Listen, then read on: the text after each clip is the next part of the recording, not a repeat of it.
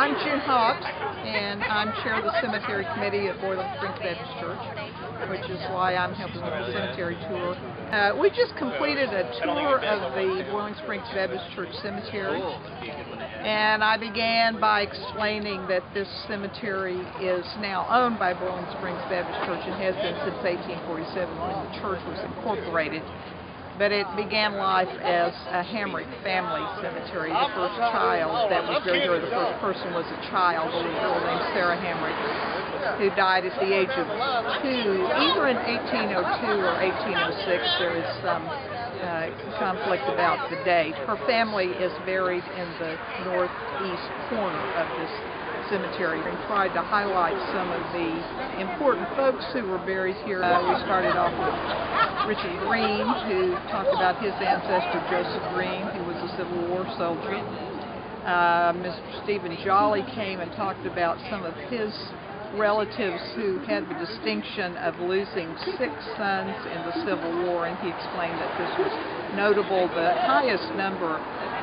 highest number of brothers to die in one war. There are only 5 names on the Jolly Stone, but he said that they have found there was yet a 6th son who was buried there.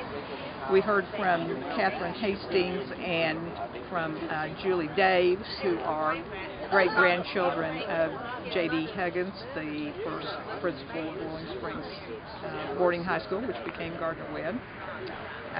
We heard from John Glenn, who is a descendant of Mr. D.J. Hamrick, who was the first mayor of Boiling Springs and also the first stone carver. There are examples of a number of his gravestones in the cemetery, including 2 that he carved for his daughters and 2 for his granddaughters. His granddaughters that are buried here are sisters of W.J. Cash, the man who wrote Flying in the South.